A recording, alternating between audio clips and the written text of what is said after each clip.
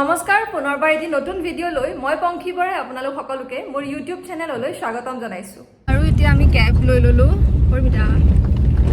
হাই কেনেকুৱা লাগিছে ভাগৰটো কোৱা ভাগৰৰ বিষয়ে কোৱা বহুত মানে কি কম কালিৰ পৰা যিখিনি দৰে হৈ আছে আমি দুজনীহে জানো মানে কম বাৰু ভিডিঅ'ৰ এণ্ডত গোটেইখিনি গম পাওঁ তাৰপিছতে এতিয়া আমি কলেজৰ ফালে গৈ আছো কলেজ গৈ আছো বস্তু বাহনি সব লৈ লৈছো আৰু ৰাতিপুৱাৰ পৰা কালিৰ পৰা আচলতে বহুত দৌৰা আমি ৰুম পাইছো সেই 9:30 মান বজাত ন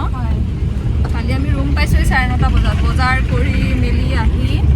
আৰু আপোনালোকে চাগে যদি মিনি ব্লগটো চাইছে গম পাইছে আৰু এতিয়া কলেজৰ ফালে গৈ আছে আৰু ইয়া আমাৰ হোষ্টেলৰ বস্তু এইকেইটা আৰু বাকী আমাৰ সামগ্ৰী আজিৰ ইফতাৰ পাৰ্টিৰ আৰু এতিয়া এইবোৰ গোটেই ফল-মূল বজাৰ কৰি থোৱা হৈছে আৰু মাইনা কি কৰিছা তুমি চাও বুট ধুইছা ইয়েছ তাৰমানে এইখিনি আজি কি বনিব এইখিনি তুমিহে জানা কি বনোৱা হ'লেও আৰু এনি আইডিয়া কিবা কিবি বনাই দিম পানীৰ অ'কে ঠিক আছে হ'ব আৰু আমি লাগি আছো এতিয়া বনোৱা কৰাত লাগি আছো আৰু এয়া আজি আমাৰ কাৰিকৰ পৰমিতা গগৈ আৰু মই তাইৰ এছিষ্টেণ্ট কিবা মই কাৰিকৰ নহয় দেই আমি দুইজনী মিলি লগতে কৰিছো আৰু এয়া অলমষ্ট হৈ আছে আৰু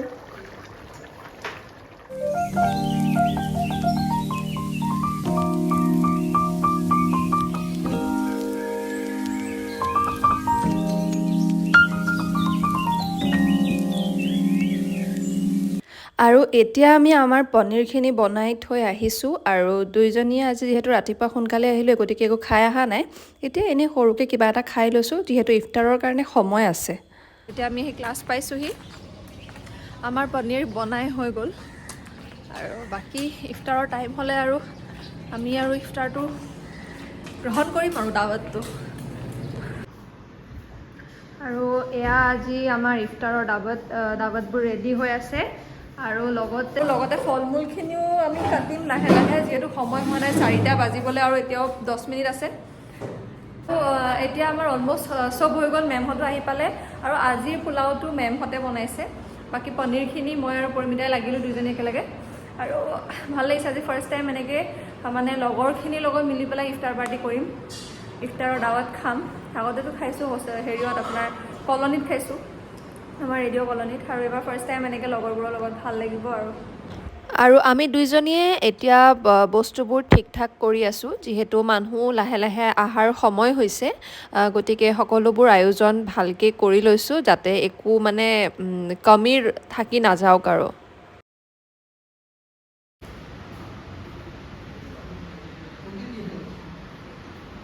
কি কৰি আছো মানে কেলে হাত পাক দিবি নেকি তো বিয়া পাতিছ খানাৰ লগত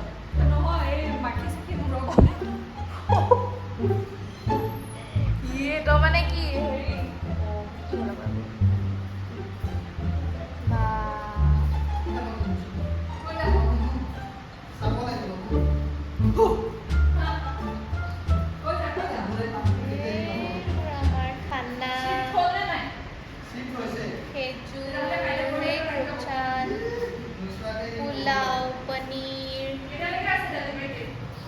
এজনী পংখী পাগলী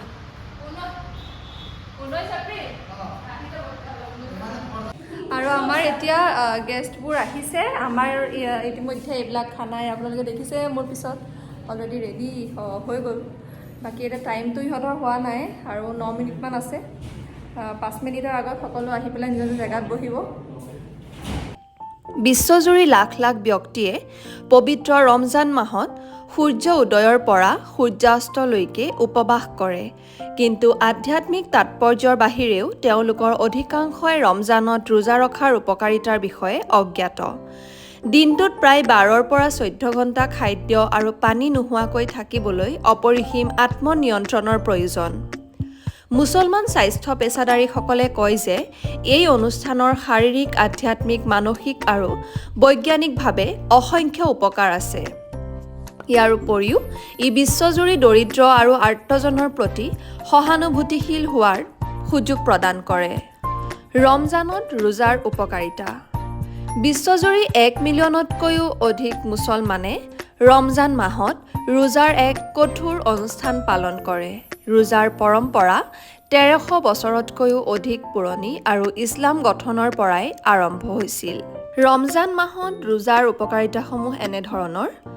তকৱা বৃদ্ধি কৰে। তাকৱা বা তকৱা হৈছে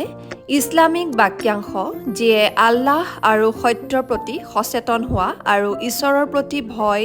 ভয়ক বুজায়। কুৰাণৰ পবিত্ৰ কিতাপত এই শব্দটো সঘনাই দেখা যায়। ই নিজৰ জীৱন আৰু কৰ্মৰ প্ৰতি সতৰ্ক হোৱাৰ গভীৰ অনুভূতি বহন কৰে। ইয়াৰ উপৰিও ৰোজাই আল্লাহৰ প্ৰতি সচেতন হোৱাৰ ক্ষমতা বৃদ্ধি কৰে আৰু তেওঁ দেখুৱাই দিয়া পথৰ বিৰুদ্ধে অনাকাংক্ষিত অপৰাধৰ পৰা আঁতৰি থাকে।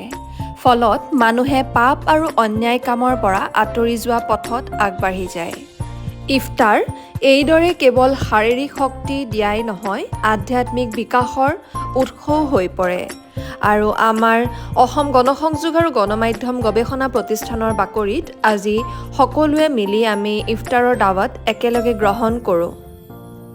আৰু সকলোৱে নিজৰ নিজৰ ইফতাৰৰ দাৱাত গ্ৰহণ কৰাৰ পিছত এতিয়া আমি ইফতাৰ গ্ৰহণ কৰি আছোঁ। আৰু আজি আচলতে এই অভিজ্ঞতাটো খুবেই সুকীয়া আৰু সেইকাৰণে আমি আমাৰ শিক্ষা অনুষ্ঠানৰ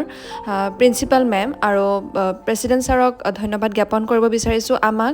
এই অনুষ্ঠানটোৰ অংশীদাৰ হ'বলৈ সুযোগকণ দিয়াৰ বাবে। এতিয়া আমাৰ চব প্ৰগ্ৰাম শেষ হ'ল, আমি ইফতাৰ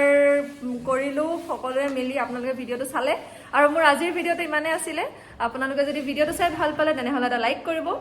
আৰু যিসকলে এতিয়ালৈকে মোৰ চেনেলটো ছাবস্ক্ৰাইব কৰা নাই, চেনেলটো জলদি ছাবস্ক্ৰাইব কৰি লওক। পুনৰ এদিন নতুন ভিডিঅ'লৈ পুনৰ লগ পাম। Till then take care and bye by.